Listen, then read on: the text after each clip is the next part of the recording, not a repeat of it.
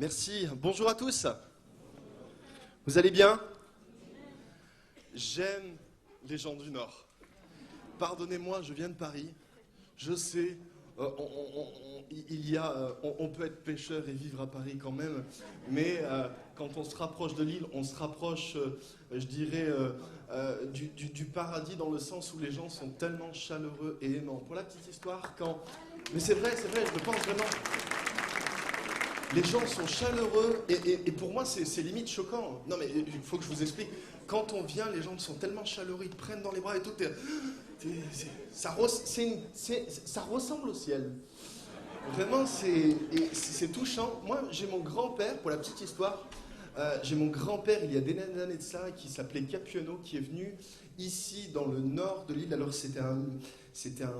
il venait d'Italie et il a démarré une église ici, je parle de ça il y a 50-60 ans, à l'île, c'était Tourcoing,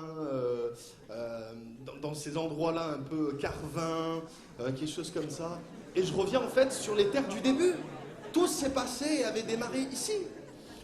Et je suis très très content de rester ici. Et pour la petite info également, si tu veux mettre la prochaine diapo, nous faisons partie également d'un collectif de louanges avec mon épouse. Nous sommes un des membres fondateurs du collectif Cieux Ouverts. Je ne sais pas si vous connaissez, c'est un groupe de louanges assez connu, dont les chants sont Abba Père, Yahweh, etc. Avec des amis qui s'appellent Samuel et Élise Olivier. C'est tout au nom du collectif qu'on vous transmet notre amour également. Et c'est une joie vraiment d'être ici. Waouh! Je vous vois, vous êtes beaux. Et d'ailleurs, c'est un phénomène que je vois seulement ici à l'église de l'île Métropole. C'est assez bizarre, d'ailleurs, parce que j'ai prêché à vos jeunes l'année dernière, mais alors que je reviens cette année, c'est bizarre, mais les gens sont plus beaux que l'année dernière. Il y a seulement ici que ça se passe. Ok. Et alors que je priais, pour vous, pour avoir une parole de Dieu, je vais être très très cash et très honnête avec vous. Il y a un message qui était sur mon cœur, un message, tu sais, un message sécuritaire. C'est un message que tu prêches, comme on dit chez nous, t'envoies les watts, tu mets la lumière, c'est bien, ça passe. Et il y a un message qui est un petit peu plus, où tu te rends plus vulnérable. C'est un message qui est un peu plus intense, un peu plus difficile. Alors que j'étais en train de prier, j'étais réveillé par Dieu dans mon âme et dans mon esprit en disant, c'est ça que je veux que tu parles. Donc, accrochez vos ceintures, les amis, nous y allons. Et le titre de mon message aujourd'hui est « Dieu désire être le Père dont nous avons toujours rêvé ». Je vous invite à ouvrir vos Bibles avec moi, si vous les avez, ou iPhone, tablette, ou sinon vous lisez à l'écran. Luc, nous allons lire dans le chapitre de Luc, chapitre 15, verset 11. « Un père avait 2 fils, et le plus jeune dit à son père, « Mon père, donne-moi un part d'héritage, celle qui doit me revenir un jour. » Et le père fit le partage de ses biens entre ses fils. Et quelques jours plus tard, le cadet vendit tout ce qu'il avait reçu et s'en alla dans un pays lointain. Là, il gaspilla sa fortune en menant grande vie. Quand il eut tout dépensé, une grande famine survint dans le pays et il commença à manquer de tout. Alors il alla se faire embaucher par l'un des propriétaires de la contrée. Celui-ci l'envoya dans les champs garder les porcs. Et le jeune homme aurait bien voulu apaiser sa faim avec la nourriture, les caroubes que mangeaient les bêtes, mais personne ne lui en donnait. Alors, rentré en lui-même, il se dit « Tous les serviteurs de mon père peuvent manger autant qu'ils le veulent, alors que moi, ici, je suis en train de mourir de faim. Je me lèverai, ces phrases célèbres, je me lèverai, je me mettrai en route et j'irai vers mon père et je lui dirai « Mon père, j'ai péché contre le ciel, contre Dieu et contre toi. Je ne mérite plus d'être considéré comme ton fils, accepte-moi comme l'un de tes serviteurs. » Il se mit donc en route pour se rendre chez son père et comme il se trouvait encore à une bonne distance de la maison de son père l'aperçut et fut ému de compassion. Certaines traductions, d'autres disent, fut pris d'une profonde pitié pour lui. Il courut à l'encontre de son fils, se jeta à son cou et l'embrassa longuement. Et le fils dit à son père, « Mon père, j'ai péché contre Dieu et contre toi, je ne mérite plus d'être considéré ton fils. » Mais le père dit à ses serviteurs, « Allez vite chercher une nouvelle robe, un nouvel habit, le meilleur que vous trouvez, mettez-le lui. Passez-lui une bague au doigt et chaussez-le de sandales. Amenez le veau que nous avons engraissé, tuons-le, mangeons et réjouissons-nous, car mon fils que voici était mort, et il est revenu à la vie, il était perdu, et je l'ai retrouvé. » Ils commencèrent à festoyer, à être dans la joie, et pendant ce temps-là, le fils aîné travaillait au champ. Et sur le chemin du retour, quand il arriva près de la maison, il entendit de la musique et des danses. Il appela l'un des serviteurs, il lui demanda qu'est-ce qui se passait. Et le garçon lui répondit, c'est ton frère. Et il est de retour. Ton père, pour lui, a tué le veau gras en son honneur, car il a été retrouvé sain et sauf. » Alors le fils aîné se mit en colère et refusa de franchir le seuil de la maison. Son père sortit et l'invita à entrer, mais il répondit, « Cela fait tant d'années que je suis à ton service, papa. Jamais je n'ai désobéi à un de tes ordres, et pas une seule fois tu m'as donné un chevreau pour festoyer avec mes amis. Mais quand celui-là, ton fils, qui a mangé ta fortune avec tes prostituées, pour lui tu as tué le veau gras. » Mon enfant lui dit, « Le père, tu es constamment avec moi, et tous mes biens sont à toi, mais il fallait bien faire une fête et nous réjouir, puisque ton frère que voici était mort, il est revenu à la vie, il était perdu, et voici qu'il est retrouvé. » Amen.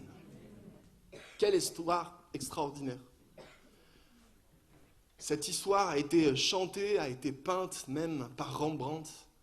Il y a tellement d'images, tellement de facettes dans cette histoire, et j'aimerais qu'on plonge ensemble. Nous avons ici un fils qui est jeune, qui est puéril, qui ne comprend pas l'amour de son père et qui va fuir la maison. Et alors qu'il fuit la maison, on ne sait pas les raisons qui l'ont poussé à partir loin de son père, mais il va dilapider complètement tout l'héritage familial. Et en fait, son héritage familial, c'était plus que de l'argent. C'est l'amour, c'est les valeurs de toute une maison qu'il aimait, son éducation. Et certains commentateurs bibliques pensent que c'était une maison noble, c'était une maison où probablement le fils était un prince, vivant limite à un niveau comme un prince, vivant chez un roi. Et il part, il s'éloigne de l'amour du père, il dilapide, il s'en fout, et son péché était de prendre son indépendance loin de la maison de son père. Je veux mener ma vie comme je l'entends.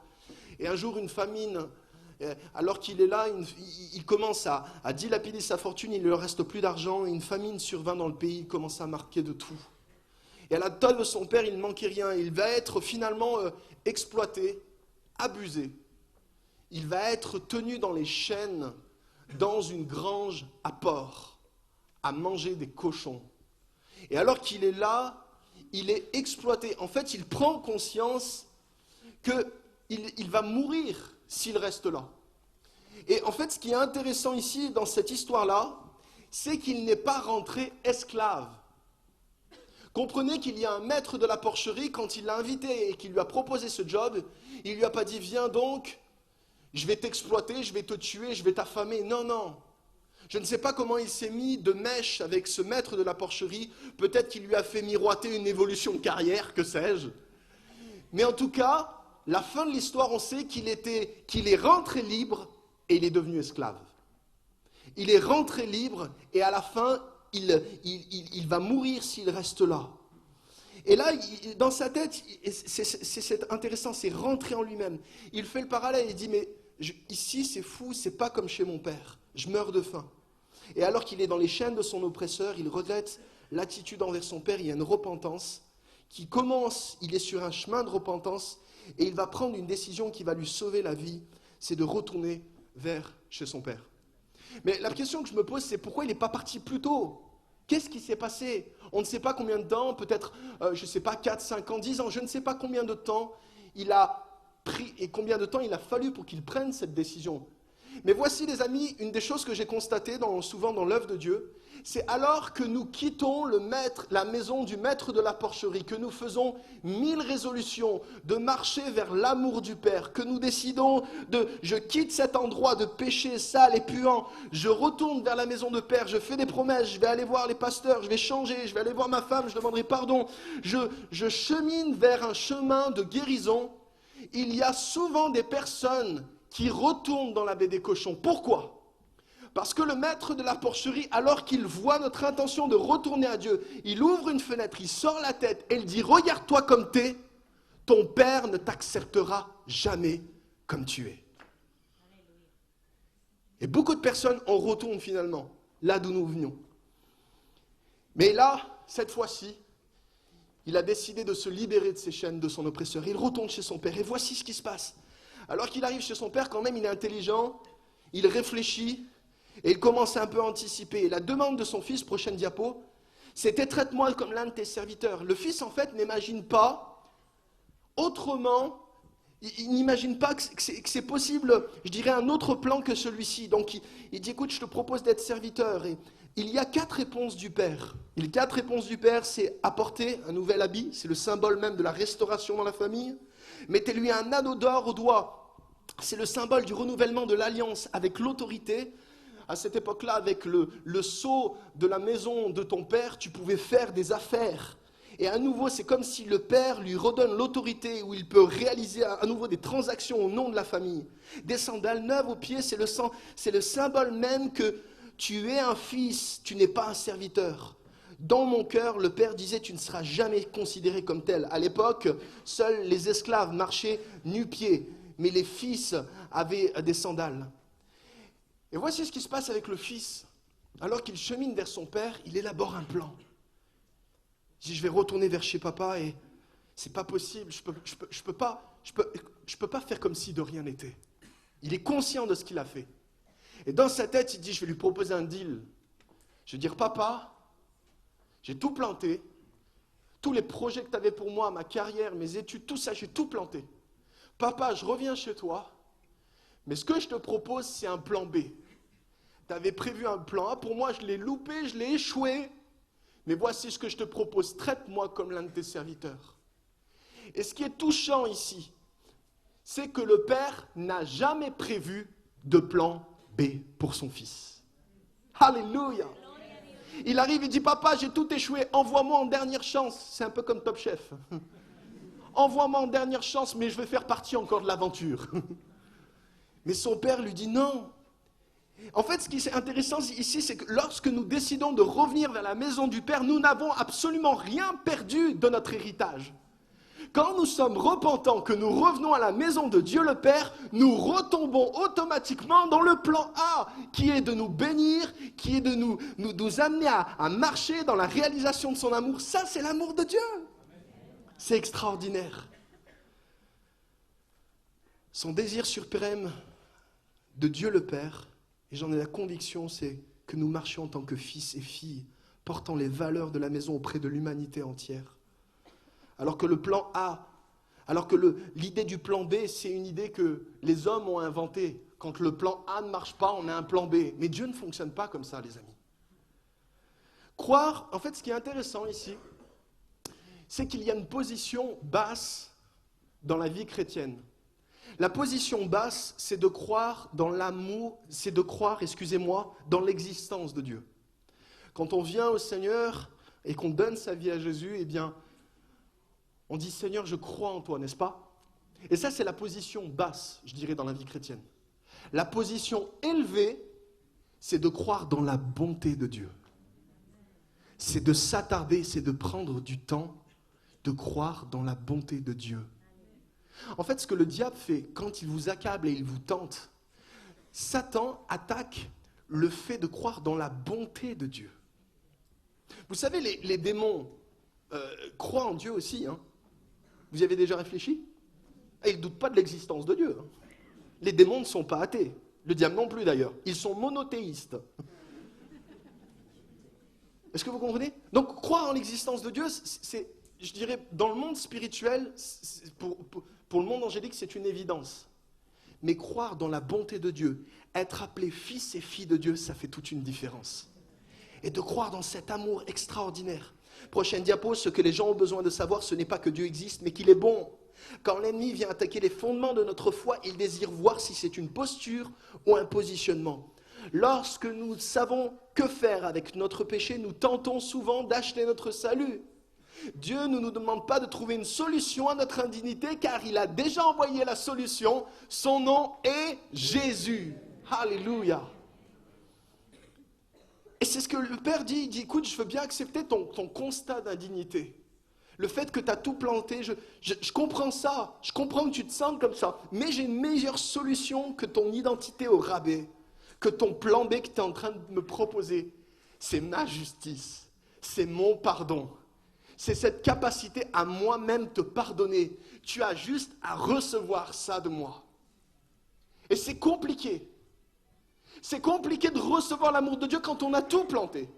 C'est compliqué de se sentir aimé, que notre carapace dans notre cœur soit percée par son amour.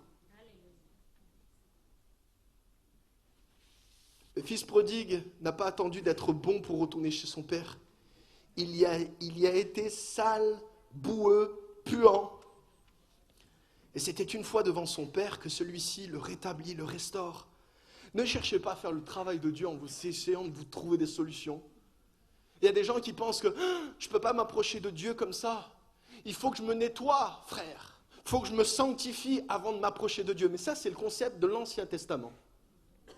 Dans le concept du Nouveau Testament, c'est vous vous approchez tel que vous êtes, pécheur, comme vous êtes. Dieu ne veut rien d'autre que votre péché. Dieu ne veut rien d'autre que votre incapacité à être bon. Wow! Le Père s'est jeté à son cou et il l'embrasse longuement, tendrement, alors qu'il pue le cochon. Vous voulez une capture de l'amour du Père? Eh bien, la voici. Moi, si ça avait été moi, ben, j'aurais fait « Oui, chérie, bah, écoute, ça me fait plaisir de te voir. Tu veux pas aller prendre une douche et après, je te fais un gros câlin, hein? Putain, on veut pas trop se salir. N'est-ce pas? On imagine un peu que c'est comme ça. Et en fait, le Père le prend dans les bras et il l'embrasse. Mais laissez ces paroles remplir votre âme. Il l'embrasse longuement, tendrement. Et il y a quelque chose ici. Il y a quelque chose parce que, en fait, Dieu, sous la boue du péché, quand la vie nous salit, Dieu voit le Fils et la fille de Dieu sous le péché.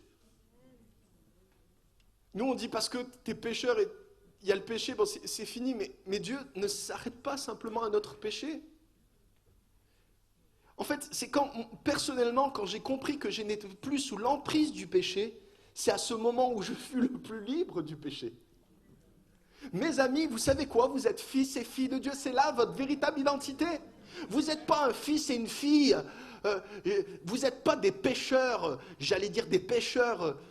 Dieu ne vous voit pas comme des pécheurs. Là, ils disent, ouais, mais quand même, la Bible nous dit, non, c'est pas vrai. Dieu ne vous voit pas pécheurs. Dieu vous voit comme des fils et des filles à qui il arrive de pécher. Je vais le redire, parce que je crois... Dieu nous voit comme des fils et filles, d'accord? À qui il nous arrive de chuter, à qui il nous arrive de pécher. Mais notre identité véridique, véritable, quand nous acceptons le Seigneur dans notre vie, nous sommes fils et filles de son amour. Amen? Amen. Donc, lorsque la vie nous salit, nous pouvons retourner à lui. Et le cœur du Père, il sort en courant, pleurant de joie. Et là, il dit, tuons le veau gras. Mangeons, réjouissons-nous. Il improvise une fête. Et en fait, les fils d'Israël, à cette époque, étaient des bergers. Ils n'élevaient pas des moutons pour les abattre. C'était des éleveurs de troupeaux. En fait, leurs troupeaux, c'était leur compte en banque. Ils se servaient, on se chauffait avec leur laine, buvaient de leur lait. Mais quand il s'agissait de manger de la viande, on ne tuait pas une bête de nos troupeaux. On élevait un veau qui était engraissé pour une fête importante, pour un mariage, pour une naissance. Et le père a décidé, alors que son fils a tout planté, a tout gâché, ce jour-là, son père vide le compte en banque. Et il dit, on fait une fête pour un fils qui a tout planté. Mais ça montre l'extravagance de l'amour du Père. C'est à ce niveau-là qu'il nous aime. Quel amour! Et là, il y a cette image extraordinaire, c'est la prochaine diapo, c'est la connaissance du Père et de son amour. Le Fils est dans les bras de son Père, combien il pardonne et il m'accepte, détermine finalement la rapidité avec laquelle je retourne vers lui. Dans les yeux de son Père, il réalise qu'il est son Fils. Dans les yeux du maître de la porcherie, il se voyait esclave et incapable. Il y a cette scène que j'imagine qui est tendre, qui est tellement émouvante. C'est que le Fils est dans les bras de son Père et il danse avec son Père. Il y a la musique, il y a les danses. Et là, alors qu'il a cette nouvelle robe, cet anneau, il se sent aimé de son Père. Il réalise, j'ai tout perdu et j'ai un Père qui m'aime.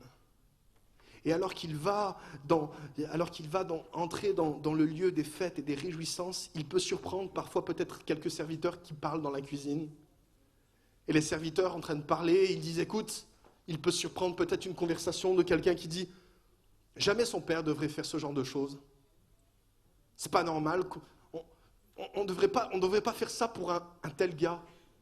Et voici que ce fils, dès ce moment-là, a toujours une solution. C'est soit écouter les bruits de ce qu'on dit sur lui, ou soit de décider de se regarder dans les yeux de son père. Et il a décidé d'aller dans les bras de son père.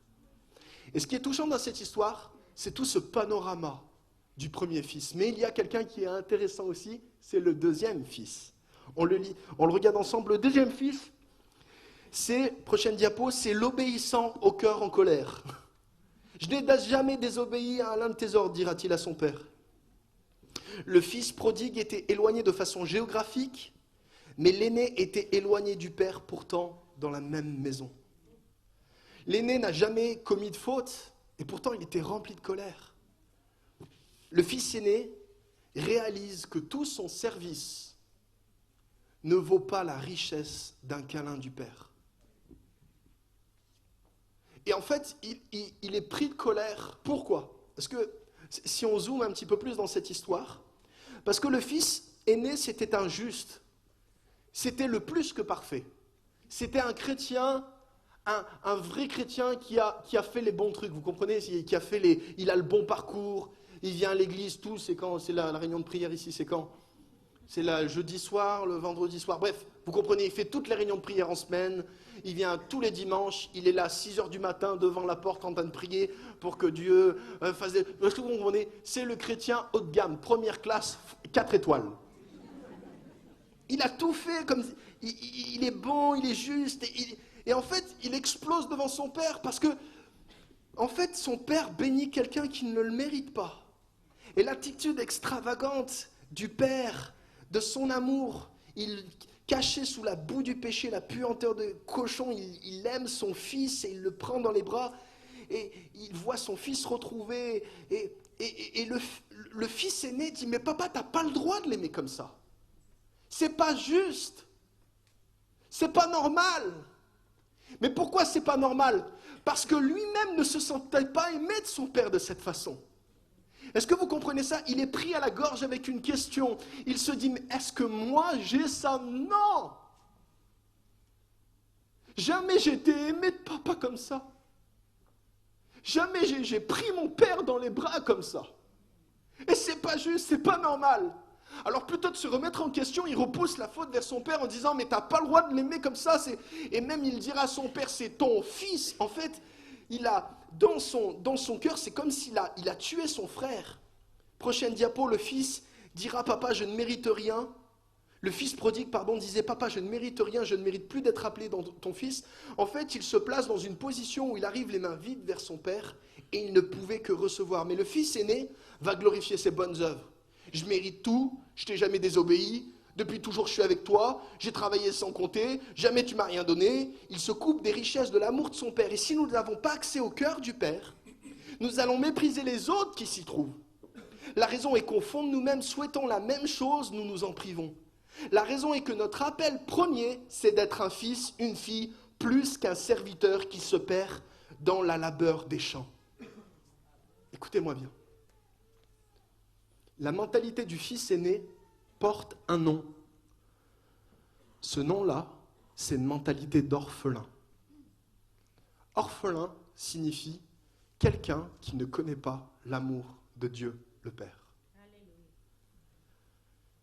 Il était dans la maison du Père, mais dans son cœur, il ne connaissait pas Dieu ou son Père. En fait, quand Jésus raconte, c'est Jésus qui raconte cette parabole. Jésus voulait expliquer comment Dieu, le Père, Dieu dans le ciel, désire être un Père pour nous. Et il ne connaît pas son Père.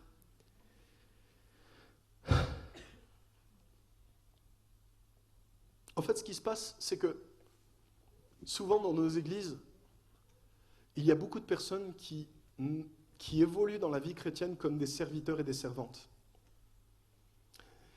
Et voyez-vous, quand on marche avec cette position de serviteur et servante, quand Dieu le Père vient vers nous et qu'il nous dit « Je t'aime », on le regarde, on dit « Waouh, merci Seigneur, c'est gentil, et qu'est-ce que tu veux que je fasse ?»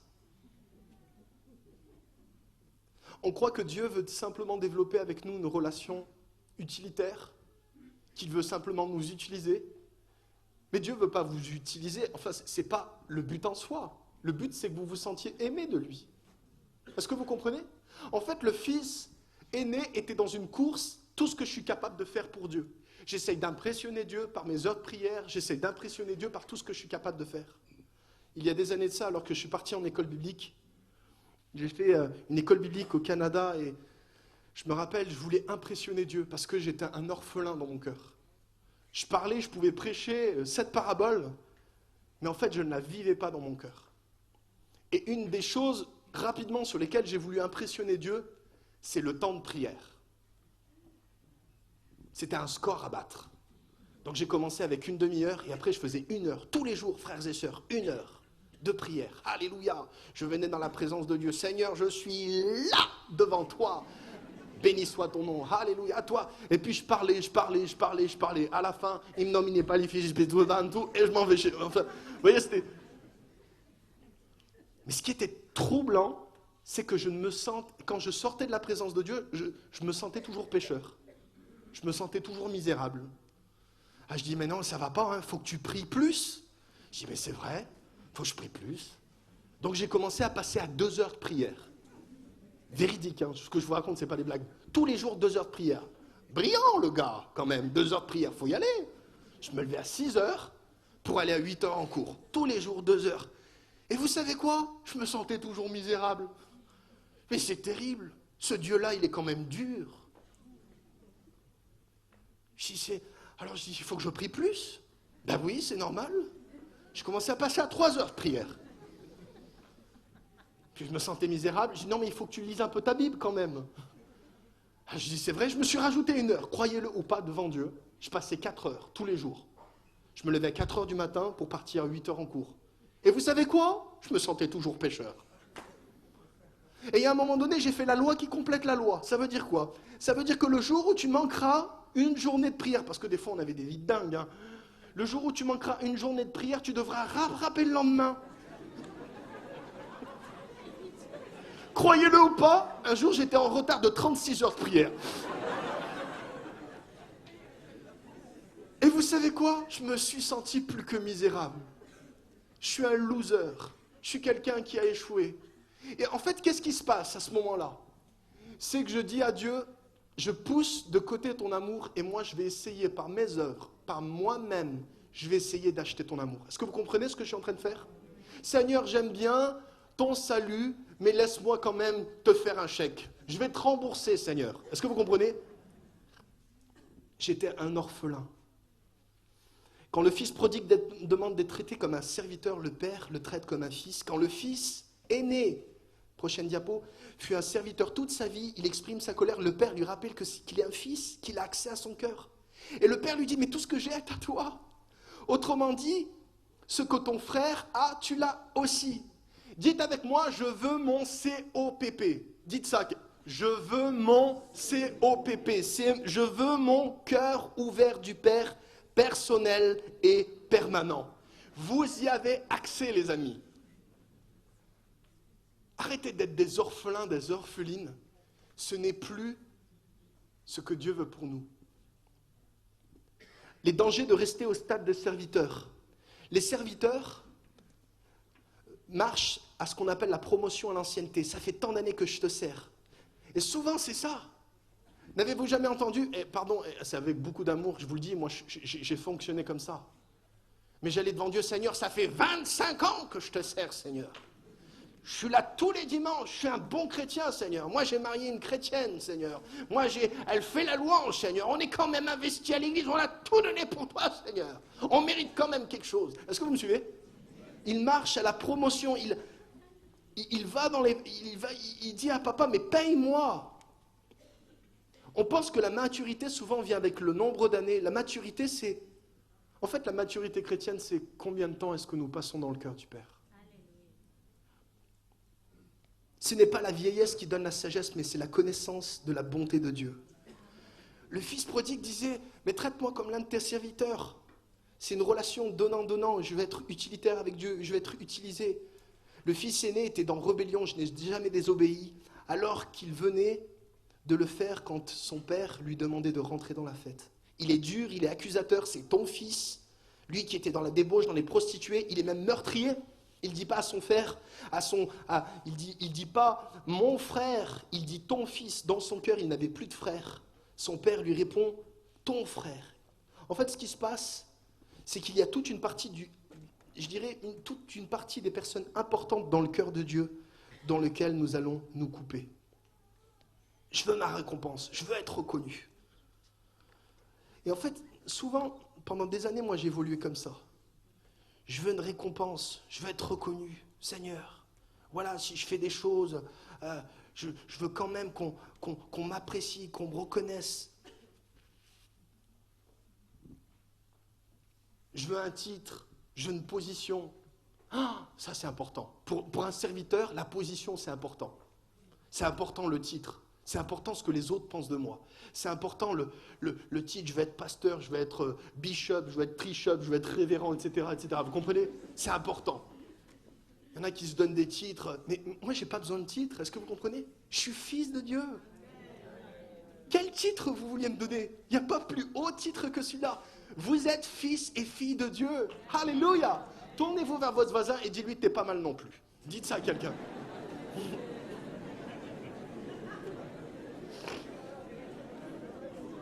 Un jour, j'étais à l'église, je me rappellerai toujours, j'étais en train de faire le ménage à l'église, et toute la journée, je me suis défoncé. J'étais là, la journée, tôt le matin, tôt le soir, et tout le monde à l'église, il venait, il m'ignorait. Tu sais, il passait à côté de moi, puis à un moment donné, j'étais un peu fâché. Je disais, putain, hey, c'est quand même pour eux qu'on le fait, là, on serre les gens, puis il n'y a même pas un petit merci, puis... Puis les gens, c'est un petit merci, puis c'était bizarre, et puis il y a un moment donné, ça a commencé à être dans mon cœur, je commençais à être énervé. Je passais la serpillière, et puis c'est quand même pas possible, les gens, hein, il n'y a pas d'amour dans l'église quand même. Hey, je suis pasteur, hein. Puis pendant que je suis comme ça, et tout d'un coup, le Seigneur, il vient, il me parle. Il m'a dit, tu sais, je veux que tu passes de la position de serviteur à fils de Dieu. Amen. Et là, pendant que je suis en train de passer ma mop, enfin passer la serbière, il faut que tu m'expliques le concept. Un serviteur, il voudra toujours un petit remerciement, une petite pièce, mesdames et messieurs. Un petit merci, ça fait plaisir. Est-ce que vous comprenez? Bien sûr qu'on se dit merci, c'est l'amour de Dieu, c'est même les fondements de la famille de Dieu. Mais ce que je veux dire, c'est pas tellement là. C'est je veux une récompense. Je veux une admiration. Alors qu'un fils de Dieu, il est en train de faire le ménage chez lui. C'est ma maison. C'est chez moi. Est-ce que vous comprenez? Ça m'appartient. Je suis chez moi ici. Vous comprenez? Je suis en train de nettoyer ma maison. C'est la maison de mon père. Tu ne te demandes pas à être payé alors tu fais le ménage chez toi. Mais par contre, la femme de ménage ne vient pas gratuitement. Vrai? Non mais, je suis fils de Dieu. Et aujourd'hui, je n'attends pas des remerciements des gens. Je suis fils de Dieu, je suis là pour libérer l'amour de Dieu. Je viens ici dans cette église, je fais partie de la famille. Vous êtes mes frères, vous êtes mes sœurs, et moi je suis là, dans la volonté de Dieu le Père. Et à chaque fois que je visite une église, c'est fou, je dis la maison de mon Père est bien plus grande. D'ailleurs, je trouvais cet endroit génial.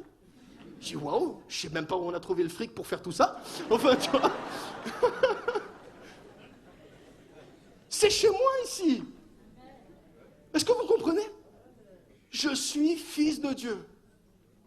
Je ne vais pas à l'église. Non, c'est ma... Est-ce que vous comprenez le concept? J'essaie de l'imaginer un peu. Je suis fils du roi. Mon histoire est écrite au ciel et elle se déroule sur terre. Je suis fils de Dieu. L'église, j'avance vite, l'église n'est pas une entreprise ni un club social VIP de chrétiens consommateurs. Mais l'église, c'est une famille active dans l'amour du Père, très bien organisée, prête à manifester l'amour inconditionnel du Père. L'amour est la culture, la norme qui fonde et qui régit l'ordre familial. Nous ne sommes pas là pour prendre quelque chose de quiconque. Nous avons déjà tout reçu du Père. Nous existons pour offrir, profiter des gâteaux et des petits fours. C'est papa qui offre.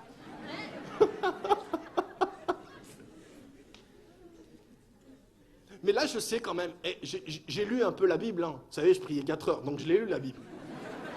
Et il y a des gens qui me disent, ouais, mais quand même, Colossiens, frère, Colossiens 2, ne nous dit-il pas, bon, n'est-il pas écrit, que Dieu s'est fait serviteur? Absolument, c'est vrai, vous marquez un point. Par contre, avant d'être serviteur, il était fils. Ah ah. Écoutez mes amis, voici la clé. Si nous sommes serviteurs avant d'être fils, nous allons toujours essayer de mériter l'amour de Dieu. Lorsque nous sommes fils et filles dans le cœur de Dieu, à ce moment-là, nous nous mettons au service de Dieu. Et tout ce que le Père fait, nous le faisons. Mais c'est différent. Est-ce que vous comprenez? Je ne suis pas serviteur pour mériter l'amour de Dieu le Père. Je suis serviteur et fils de Dieu parce que j'amène et je suis mandaté du Père dans sa volonté. Alléluia. J'avance vite. Nous avons un royaume, un peuple, une famille. Dans ce royaume, nous sommes fils et filles du roi. C'est tellement extraordinaire cette réalité.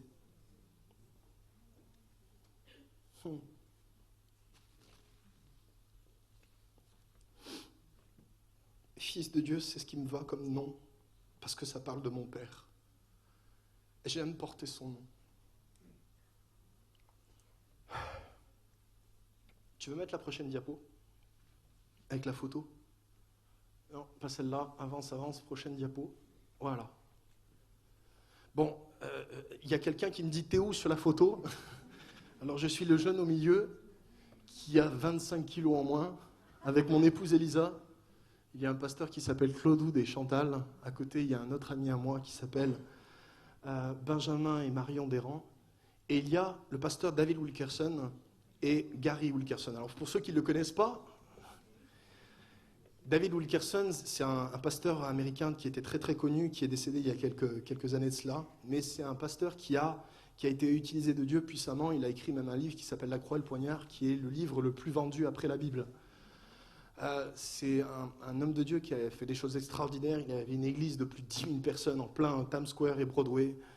Et pourquoi je vous montre cette photo? Parce que à cette époque-là, alors que je revenais d'école biblique, j'étais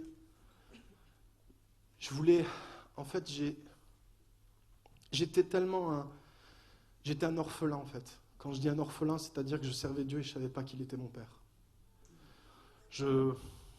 Et ici, c'est lors d'une conférence où je faisais partie du staff qui organisait cette conférence. Il y avait 1500 pasteurs qui étaient venus à cette conférence. C'était un moment béni, extraordinaire. Des centaines et des centaines d'hommes et femmes de Dieu étaient venus à l'appel, pleurant et étant touchés par Dieu. C'était un moment béni. Et moi, je faisais partie du comité organisationnel. Et j'étais dans mon costume de pasteur, mais je ne savais pas qui j'étais réellement en Dieu.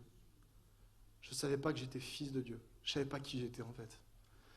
Et je me rappelle, à la fin d'une prédication du pasteur David, je me suis avancé devant à l'appel et puis il y a tout d'un coup, je me suis mis à pleurer, mais des sanglots. Et c'était comme s'il y a quelque chose, ça se passe dans les entrailles. Vous savez, quand il y a quelque chose qui est vraiment remué dans les dits, ça se passe dans le ventre.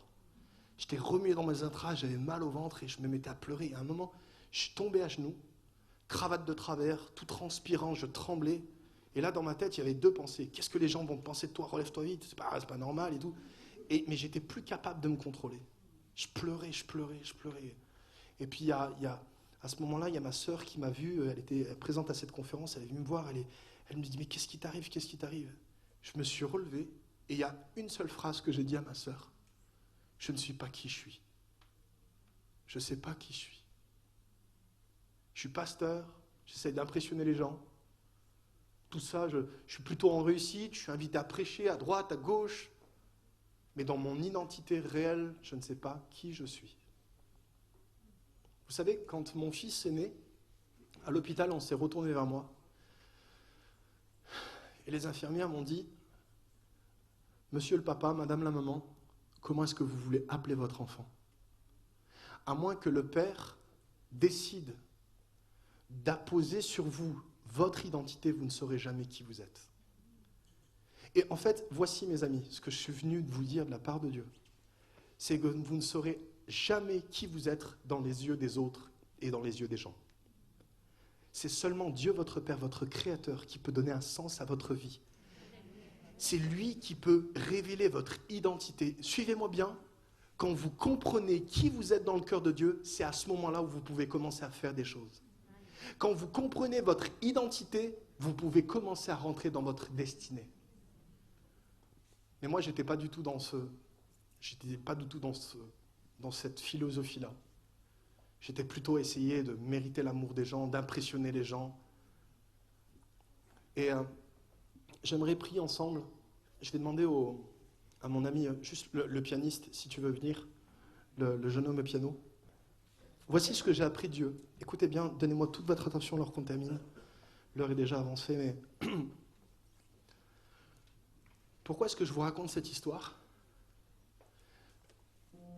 Parce que j'ai comment dire, tout doucement mon ami, s'il te plaît. On s'entend plus.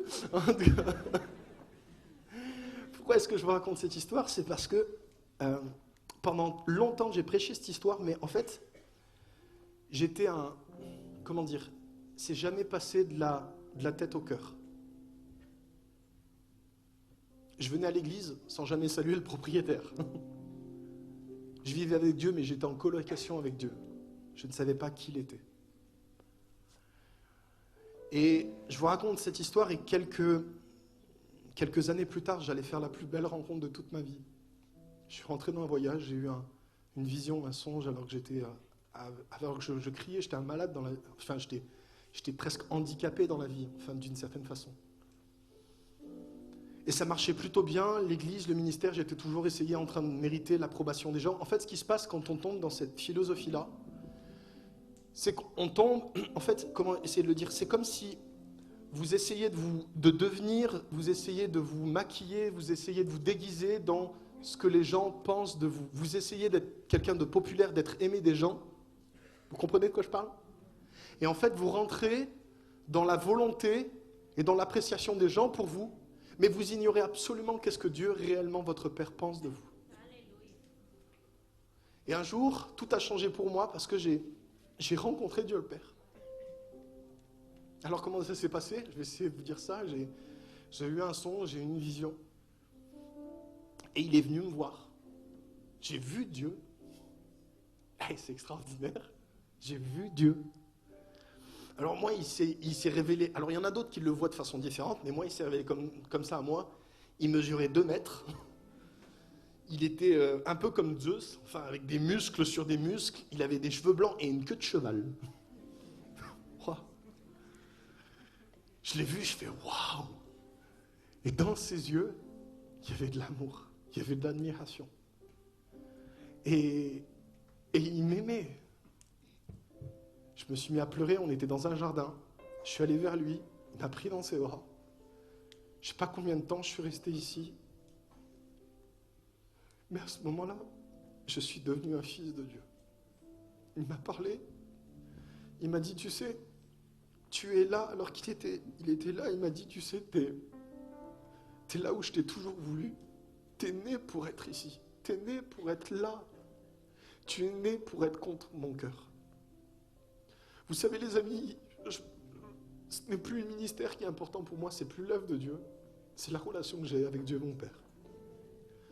Et je sais qu'un jour, je mourrai sur cette terre pour aller retrouver ces bras qui m'ont étreint et aimé. Et c'était vrai pour moi à ce moment-là, c'était authentique, c'était vrai. Et j'ai jamais été aussi aimé qu'à ce moment-là. Et c'est resté, et il m'a dit à chaque fois que tu veux, ces bras sont disponibles. Et en fait, ce qui s'est passé, c'est que, à ce moment-là, en fait, pourquoi est-ce que je vous raconte tout ça? Pourquoi pendant des années j'ai essayé d'impressionner Dieu? C'est parce que moi-même, avec ma relation avec mon propre père, c'était un peu compliqué. Je viens d'une famille carencée, à la maison c'était un peu compliqué avec papa, et Et en fait, j'ai toujours essayé, je suis tombé dans cette espèce de course à impressionner Dieu parce que mon arrière-plan familial me prédisposait à vouloir essayer de mériter, à vouloir... J'étais un petit orphelin qui essayait d'impressionner les gens parce que quelque part, je voulais impressionner Dieu, mon Père. Mais quand j'ai réalisé que j'avais déjà son amour, déjà son approbation, c'est là où je suis né ce jour-là. Et voici ce qui s'est passé alors que j'étais dans les bras de Dieu. Il m'a posé une question. Il m'a dit, écoute, est-ce que tu veux pardonner ton père? Et suivez-moi bien. Tout petit, j'ai voulu de l'amour de mon père, et papa, en fait, il n'a jamais été aimé de son père. Donc, il ne m'a jamais valorisé, enfin, c'était compliqué à la maison. Bref, maintenant, on est réconcilié avec mon père, et on a une relation qui est restaurée, et papa est un papa extraordinaire. Mais à cette époque-là où je vous parle, ce n'était pas le cas. Et en fait, je n'arrivais pas à comprendre l'amour de Dieu le Père, parce que, écoutez bien ceci, et je termine avec ça, c'est tellement important. C'est mon père biologique, physique, faisait obstacle à l'amour de Dieu. Vous me suivez? Je n'arrivais pas à saisir Dieu comme un père parce qu'il y avait mon père à moi entre les deux. Et dans ces moments, dans cette vision-là, Dieu m'a dit, écoute, je vois tes besoins que tu as, je sais que tu es à la recherche d'un père, je vois ton besoin de tendresse, d'affection, je vois tout ce que tu as besoin, mais voici ce que je te demande à partir d'aujourd'hui. C'est que tout ton désir, toutes tes attentes que tu mets sur ton père biologique, je veux que maintenant tu les rediriges vers moi. J'y avais jamais pensé à ça. Et je veux que tu me donnes, que tu me redonnes la paternité. C'est moi ton père. Ton père biologique, Jean, c'est ton père adoptif sur terre. Mais ton vrai père, c'est moi. Vous savez quoi? Ça a transformé ma vie. J'ai pu pardonner à mon père parce que je ne vais plus demander à mon papa, à moi, cette tendresse, cette affection, parce que je sais qu'aujourd'hui, c'est compliqué peut-être pour lui de me le donner, mais je la prends en Dieu. Et vous savez quoi? Alors que je la prends en Dieu, j'ai pu aller vers mon père et j'ai pu lui donner tout ce qu'il ne m'a jamais donné, tout ce que j'ai voulu. Et je commence à être sympa avec papa. J'ai commencé à le prendre dans mes bras. J'ai commencé à lui dire à quel point il est bon, à quel point il est magnifique. Et papa a commencé à être restauré. Alors qu'avant, j'étais incapable de lui donner ça. Est-ce que vous me suivez? C'est ça que Dieu veut pour vous. Levons-nous ensemble, s'il vous plaît. Alléluia. Vous voyez, les amis, j'étais très cash avec vous parce que je n'ai pas de réputation à entretenir.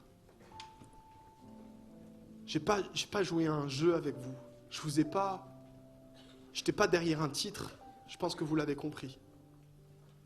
Et alors que j'étais en prière et j'étais en discussion avec mon père, avec papa, avec notre père.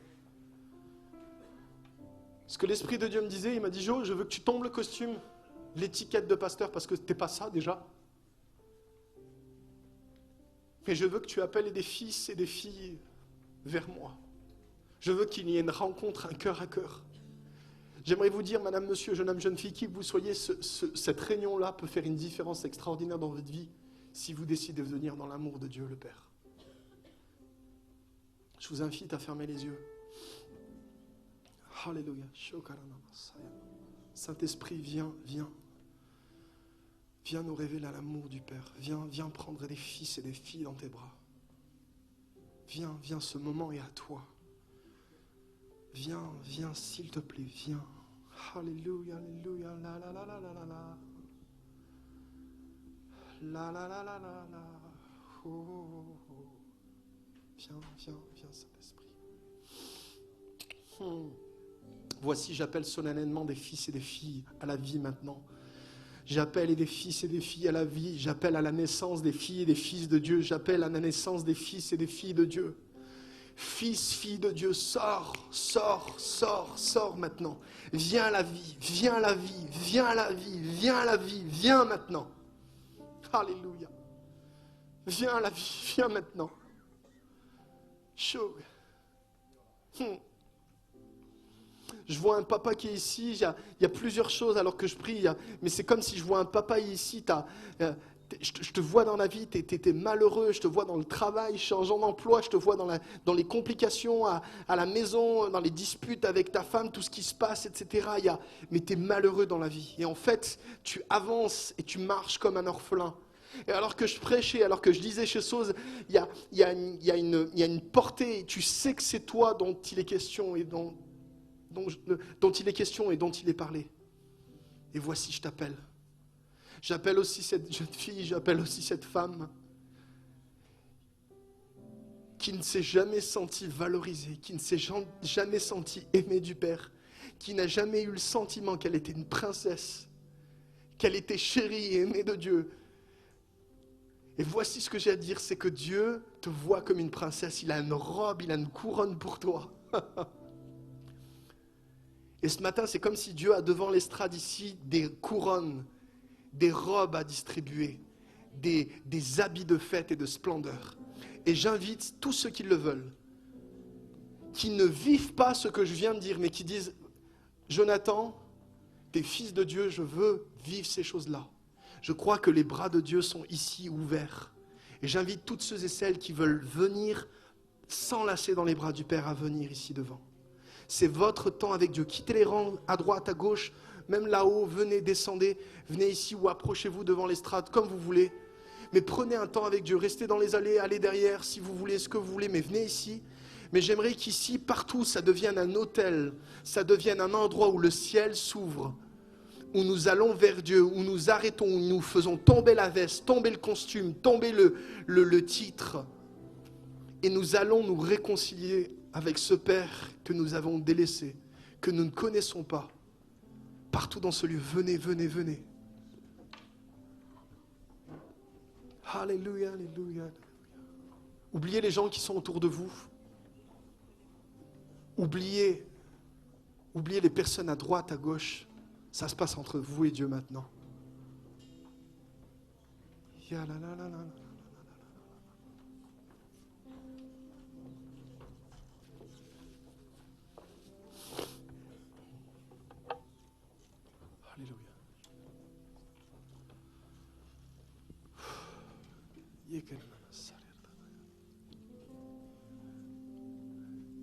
Alléluia. C'est fou. C'est fou parce que c'est comme si je sens qu'il y a un combat maintenant. Je vais être honnête avec vous et je ne vais pas pousser plus loin. Mais je sens comme il y a un combat maintenant. Il y a un combat avec tes pensées. Je sens pour certaines personnes, je sais que je n'ai pas ton adhésion. Je n'ai pas ton adhésion à ce qui est en train d'être dit. Et il y a un combat. Parce que tu essaies de comprendre Dieu d'une façon intellectuelle alors qu'il se vit avec le cœur. Et qui que vous soyez, j'aimerais vous dire que votre place, si vous ne vivez pas ce que je suis en train d'exprimer, et si vous désirez le vivre, votre place, elle est ici, dans les bras de Dieu. Et je vous demande oui, ça demande de s'humilier, ça demande d'abaisser notre orgueil. Mais combien il est glorieux quand un fils retourne à la maison du Père, quand une fille va s'enlacer dans les bras du Père. Alors venez, venez, vous tous, fils et filles de Dieu. Je vous invite à fermer les yeux maintenant. Toutes celles qui se sont avancées, est-ce qu'on peut juste tendre les mains au ciel? Tous ensemble, peut-être toute l'assemblée. Est-ce qu'on peut juste tendre les bras comme ça? Saint-Esprit, viens, viens. Alléluia. Voici ce que l'apôtre Paul déclare. Nous avons reçu un esprit d'adoption par lequel nous crions « Abba, Père ». Abba. Abba, Père. Seigneur, nous crions à toi « Abba ». Abba. Abba. Papa. Viens. Viens, Seigneur. Viens, Seigneur. Appelez-le là où vous êtes. Viens.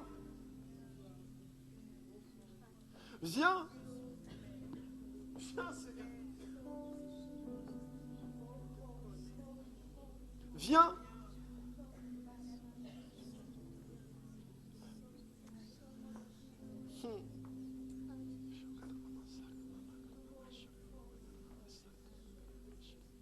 Tu as besoin d'entendre ce que Dieu pense de toi. Tu as besoin d'entendre ce que Dieu dit sur toi.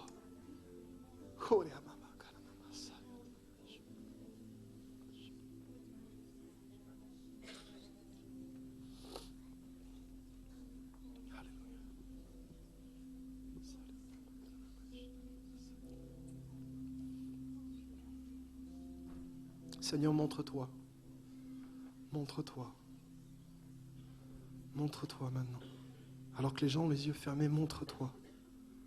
Abba, montre-toi.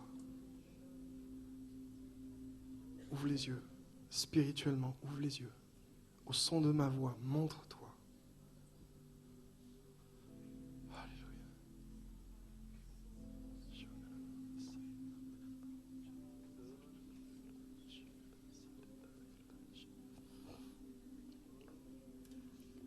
Tu revêts David de splendeur, tu revêts de couronne. Bienvenue, bienvenue dans ma maison, te dit le Seigneur. Il y a une place pour toi, il y a une place pour toi. Oh. Alléluia. Est-ce qu'on veut faire juste ensemble une prière et nous terminons avec ça? Seigneur Jésus, tous ensemble, Seigneur Jésus, je viens devant toi. Je veux te connaître comme un Père.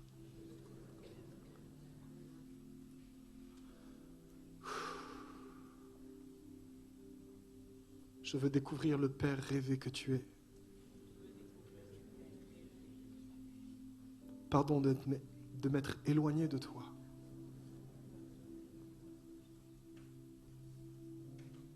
Seigneur, je veux pardonner toutes les figures d'autorité qui m'empêchent de te voir.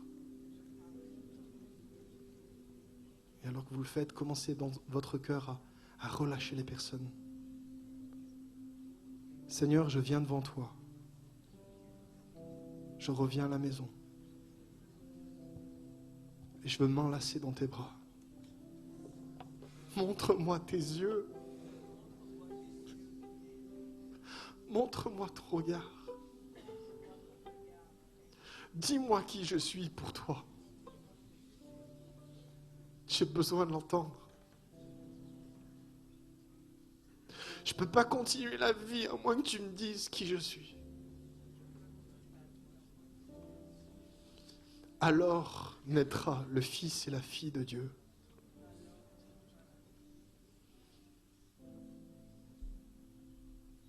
Amen et Amen. Alléluia.